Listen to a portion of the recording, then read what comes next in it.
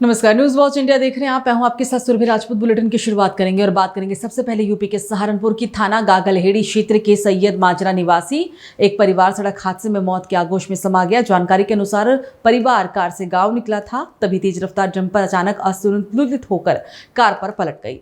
टक्कर की भयावता का अंदाजा इसी बात से लगाया जा सकता है कि देखते ही देखते वाहन पिचक गया और मौके पर ही 7 लोगों की मौत की सूचना है। दुर्घटना की खबर मिलते ही इलाके में हड़कंप मच गया। सीओ सदर, थाना प्रभारी सहित भारी पुलिस बल मौके पर पहुंचा और बचाव कार्य भी शुरू किया गया।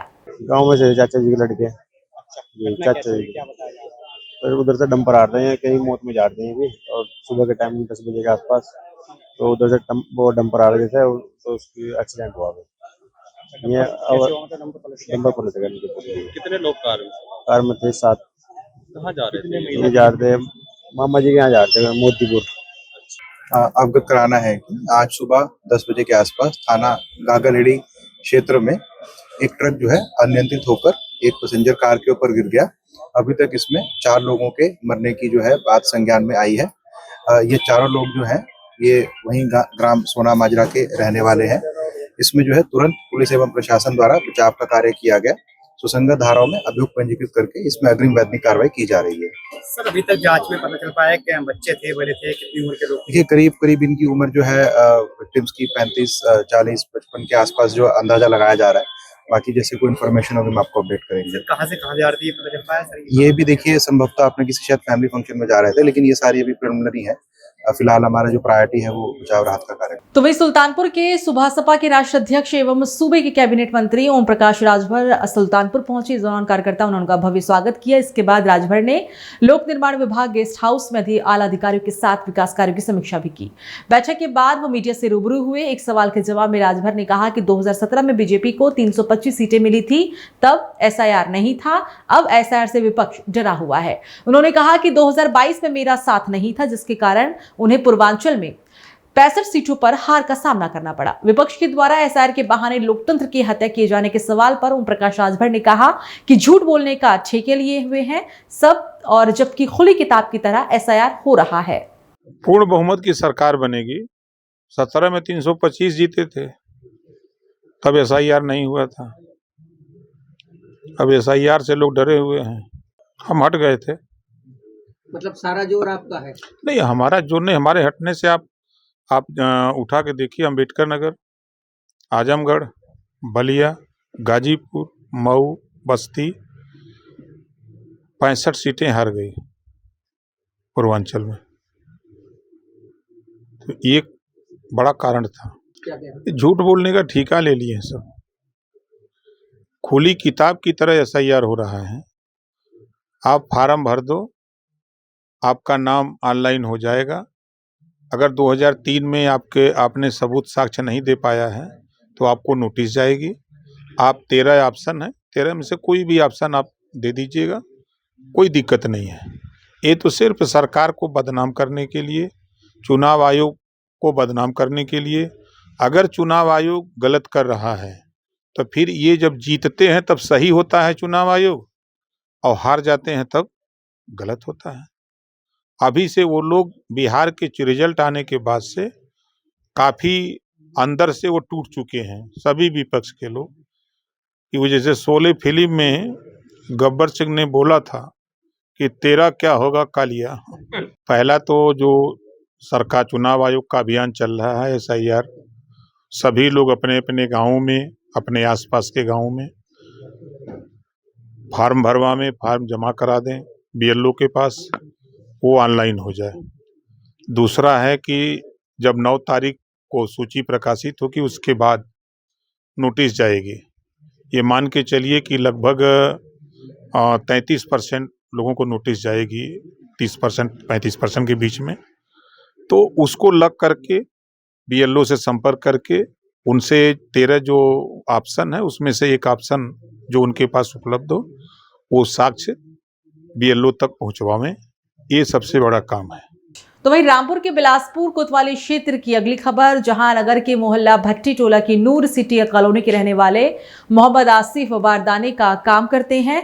उनकी बेटियां नाबिया 7 वर्षीय मिल्टन स्कूल में कक्षा 1 की छात्रा थी, जबकि उनकी दूसरी बेटी जन्नत विद्यालय में ही LKG की छात्रा है। बताया जा रहा है कि मासूम को बस से नीचे उतारने के बाद चालक ने लापरवाही से बस को मोड़ने का प्रयास किया, जिसकी वजह से उनके बच्चे की मौत हो गई है। तो वहीं रामपुर के जिला अस्पताल में महिला जच्चा बच्चा के तीमारदारों से 4000 की रिश्वत लेने का मामला सामने आया है। शिकायत मिलने पर महिला आयोग के अध्यक्ष ने सूचना मिलने पर रामपुर जिला अस्पताल में छापा, मौके पर रिश्वत लेने वाले डॉक्टर की लगाई फटकार, CMS को दिए गए सस्पेंड करने के सख्त निर्देश। गौरतलब है कि रामपुर जिला अस्पताल उत्तर प्रदेश में नंबर 1 अस्पताल है, मगर स्वास्थ्य सेवाएं जो कि लचर है और इसकी वजह से ही ये कार्रवाई की गई है। देखिए, निरीक्षण किया मैंने और ओवरऑल तो सब ठीक ही था जैसा इनका कहना है, क्योंकि बहुत ज़्यादा लोड नहीं है यहाँ हॉस्पिटल पे, बहुत ज़्यादा OPD भी नहीं है, बहुत ज़्यादा इतना सीजरियन या नॉर्मल भी नहीं है। बट जो एक शिकायत आई और जो मुझे बहुत ही सुन के उसको बहुत बुरा लगा कि यहाँ कोई हैं, ऐसे भी लोग हैं जो लगातार पेशेंट से पैसे मांगते हैं और अभी उसको ला के भी दिया। कोई यूसुफ नाम का व्यक्ति था, ऐसे और भी होंगे कि जो बच्चे के होने पे मिठाई के नाम पे या उनमें पैसे लेते हैं और पेशेंट को तंग करते हैं। तो हालांकि मेरी अभी CMS साहब यहाँ हैं, उनसे मेरी बात हुई है कि वो उसको देखेंगे, उसका इलाज करेंगे, लेकिन मुझे बहुत दुख हुआ क्योंकि उस जिसका पेशेंट था उसको दूसरे से उधार लेने के लिए पैसे मांगने पड़े कि भैया मुझे कुछ पैसे दे दो, मेरी पत्नी का ऑपरेशन होना है और मुझे वहाँ उसको 4000 रुपये देने हैं। तो इससे ज़्यादा दुर्भाग्यपूर्ण बात कुछ नहीं हो सकती। उत्तर प्रदेश जैसे प्रदेश में जहाँ की माननीय मुख्यमंत्री जी यार हर वक्त चिंतित हैं कि कैसे स्वास्थ्य के ऊपर कितना अच्छा हम काम कर सकते हैं, या इतनी हॉस्पिटल्स में सुविधाएं, इतना पैसा यहाँ मिल रहा है, क्योंकि उनके 2 मेन मोटिव हैं, स्वास्थ्य और शिक्षा।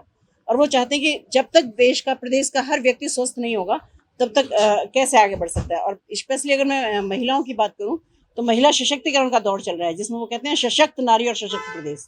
और उसमें अगर जब ऐसे एग्जाम्पल आते हैं, क्योंकि अगर सरकारी हॉस्पिटल में मैं देखती हूँ कि कितनी जगह तो मैंने ऐसा देखा है कि जो प्राइवेट से ज़्यादा अच्छी सुविधाएं सरकारी हॉस्पिटल्स में। बिल्कुल 100% अभी और इसी वक्त होगी। CMS साहब से मेरी बात हो गई और वो कह रहे हैं कि वो नहीं दिखाई देंगे ऐसे लोग, और ये सुनिश्चित करेंगे इस बात को कि आगे से ये कार्रवाई, ये चीजें कभी दोहराई ना जाएं। क्या चेतावनी देके छोड़ा जाएगा या कार्रवाई होगी? नहीं, कार्रवाई ही होगी, क्योंकि चेतावनी देना तो इसलिए बेकार है कि वो पता नहीं कब से सिस्टम चला रहा है। तो ये तो उनको भी पता है ना कि ये गलत कर रहे हैं, ये तो गलत बात है ना, पता नहीं कितने लोगों का शोषण किया होगा अभी तक, तो कार्रवाई ही होगी। तो अमर सिंह टिप्पणी मामले में पेशी के लिए जेल से बाहर लाए गए सपा नेता आजम खान ने बड़े कैदी वाहन में बैठने से इनकार कर दिया। इसके बाद वो जेल के अंदर चले गए। पुलिस और जेल प्रशासन उन्हें मनाने में लगा हुआ है। पूर्व सांसद अमर सिंह के परिवार पर विवादित टिप्पणी मामले में शुक्रवार को सपा नेता आजम खान की कोर्ट में पेशी थी और इससे पहले ही जेल गेट पर अचानक अफरा तफरी की स्थिति भी बन गई थी। जेल प्रशासन ने दोपहर बाद आजम को कोर्ट पहुंचाने के लिए बड़ा कैदी वाहन लगाया हुआ था। तो वहीं बदायूं में दिन दहाड़े एक युवक ने सराफ बाजार में 10 सराफ की दुकान से करीब 5 लाख की लूट की वारदात को अंजाम दिया। युवक सोने की 3 चेन लेकर भागा और पब्लिक भी उसके पीछे दौड़ी थी, लेकिन वो फरार हो गया। सोने की चेन खरीदने के बहाने वो सराफा के दुकान में पहुंचा था। सोने की चेन देखने के दौरान 3 चेन लेकर वो भाग निकला है, जिसकी कीमत लगभग 5 लाख रुपए बताई जा रही है। तो बदायूं के बिनावर थाना क्षेत्र के गांव कोहनी जाफराबाद के रहने वाले 62 वर्षीय चंद्रपाल निरंजन लाल के परिवार वालों ने 8 अगस्त 2025 को मोहल्ले के रहने वाले लालाराम, सुरेंद्र, रक्षपाल, राम सिंह, प्रदीप, ओमवीर, मुन्नालाल सिर्फ बच्चों के विवाद में जमकर झगड़ा हुआ था और 7 लोगों ने चंद्रपाल और उनके परिवार के धर्मेंद्र, सुशील, अतुल को लाठी डंडों से जमकर पीटा था, जिसकी वजह से वो घायल हो गए थे। अरे बच्चों के चक्कर में विवाद हो गया था, उस चक्कर से इनके भाला लगा था। कब की बात है ये? 8 अगस्त की बात है। अच्छा, फिर क्या हुआ?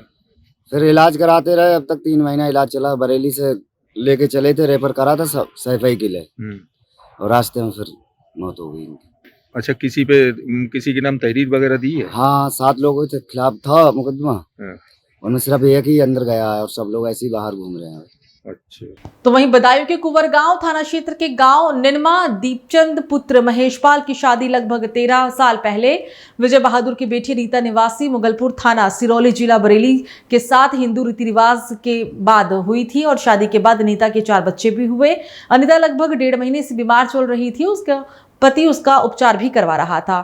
30 नवंबर को अनीता की चचेरी बहन की शादी उसके मायके में थी, तो अपने पति से शादी समारोह में शामिल होने के लिए कई दिन पहले से ही वो जाने की जिद कर रही थी। पति उसका लगातार मना कर रहा था। पति का कहना था कि 30 नवंबर को ही सभी लोग प्रोग्राम में शामिल होंगे।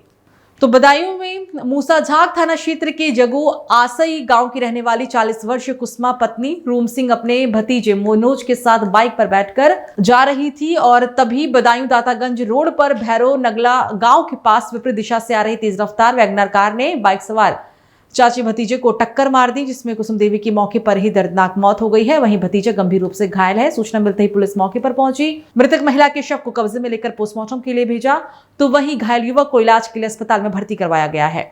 तो वहीं बदायूं के कपड़े की दुकान में भयंकर आग लग गई, लाखों का सामान जलकर राख हो गया। आग लगने का हालांकि अभी कारण शॉर्ट सर्किट ही बताया जा रहा है। होलसेल कपड़े की दुकान को दुकान स्वामी बंद करके चला गया था। फायर ब्रिगेड की टीम ने आग पर बमुश्किल काबू पा लिया। स्थानीय दुकानदार घटनास्थल पर इकट्ठा हो गए। कोतवाली थाना क्षेत्र के जोगीपुर 6 सड़क रोड का ये हादसा है। तो वहीं कुशीनगर के सीएससी में देर रात बच्चा चोरी का प्रयास किया गया। संदिग्ध महिला पुरुष पर नवजात को लेकर भागने का आरोप है। परिजनों की सतर्कता से एक बड़ी वारदात टल गई। अस्पताल स्टाफ ने तुरंत पुलिस को सूचना दी। मौके पर पहुंची पुलिस जांच पड़ताल में जुटी हुई है। सीएससी में सुरक्षा व्यवस्था पर एक बार फिर से सवाल खड़े हो गए हैं। घटना से परिजनों में दहशत का माहौल बना गया है। कप्तानगंज सामुदायिक स्वास्थ्य केंद्र का यह मामला है। तो वहीं अलीगढ़ में महिला पुलिसकर्मी ने किराए के मकान में किया सुसाइड। रोरावर थाना में महिला कांस्टेबल थी हेमलता। सूचना के बाद मौके पर इलाके और पुलिस और फॉरेंसिक टीम के साथ आला अधिकारी भी पहुंचे। मौके पर फॉरेंसिक टीम जांच पड़ताल में जुटी हुई है। अलीगढ़ के बन्ना देवी थाना इलाके के जवाहर नगर कॉलोनी की ये घटना बताई जा रही है। देखिए, ये थाना बन्ना देवी पुलिस को ये सूचना प्राप्त हुई कि यहाँ जो क्लासिक इन होटल है, इसके पास एक मकान में हमारी एक जो है महिला आरक्षी हेमलता, जो रोरावर पे पोस्टेड थी 16 बैच की, उन्होंने अपने बंद मकान में फांसी लगा ली। इस सूचना पे तत्काल हम सभी लोग जो है मौके पे आए हैं और एक घटनास्थल का मौका मुआयना किया गया है। फील्ड यूनिट को बुलाया गया है। उसने यहाँ पे जितने भी सारे साक्ष्य वो संकलित किए हैं। बॉडी को जो है अभी हॉस्पिटल भिजवाया गया है और इसमें जो है आवश्यक विधिक कार्रवाई की जा रही है। ये पता लगाया जा रहा है किन कारणों से इन्होंने फांसी लगाई है। ये जो मकान है वो अंदर से बनता, पुलिस जो है ऊपर से गई है। अभी अन्य तथ्यों पे जानकारी की जा रही है। इनके परिजनों को सूचना दे दी गई है। आगे जो भी तथ्य प्रकाश में आएगा उससे। तो वहीं गाजियाबाद के सेठ आनंदराम जयपुरिया स्कूल गाजियाबाद में मनाया गया अपना 21वां स्थापना दिवस। ओलंपियन अंजू बॉबी इंचार्ज बनी, मुख्य अतिथि के रूप में यहाँ पे शामिल भी हुए। गाजियाबाद के प्रतिष्ठित शैक्षणिक संस्थानों में शामिल सेठ आनंदराम जयपुरिया स्कूल ने बड़े ही धूमधाम के साथ अपना 21वां स्थापना दिवस मनाया है। तो वहीं बिजनौर में दहेज की मांग पूरी ना होने पर दहेज लोभी ससुराल वालों ने लगा आरोप, एक विवाहिता को तेजाब पिलाकर उसकी हत्या कर दी। सूचना मिलते ही परिजन और पुलिस मौके पर पहुंची। महिला का शव पुलिस के द्वारा पोस्टमार्टम के लिए भेजा गया और परिजनों की तहरीर पर मुकदमा दर्ज करते हुए इस पूरे मामले की गहराई से जांच पड़ताल भी शुरू हुई। परिजनों का आरोप है कि बेटी के ससुराल पक्ष में 2 लाख रुपए और सोने की चेन लगातार मांग की जा रही थी और उनकी जल्द ही मांग पूरी ना कर पाने के कारण उन्होंने उनकी बेटी को तेजाब पिलाकर मार डाला। चलिए बात होगी अब देवभूमि उत्तराखंड की सितारगंज। आंगनबाड़ी कार्यकर्ता अपनी मांगों को लेकर बैठी धरने पर सैकड़ों की संख्या में महिला वहां उपस्थित रही। जिला अध्यक्ष रुक्मणी धामी ने कहा कि हमारा मानदेय बढ़ाया जाए और हमें हर जगह के कार्य करने के लिए दिए जाते हैं। पोलियो ड्रॉप, टीकाकरण, जनगणना जैसे कार्य भी हमें ही दे दिए जाते हैं। अलग अलग विभागों के कार्य हम करते हैं, लेकिन हमारा मानदेय हमारे हिसाब से नहीं है। इसलिए हम चाहते हैं कि हमें प्रतिदिन 800 दिए जाए और महीने की सैलरी हमारी 24,000 की जाए। तो बुलेटिन में फिलहाल मेरे साथ इतना ही। नमस्कार।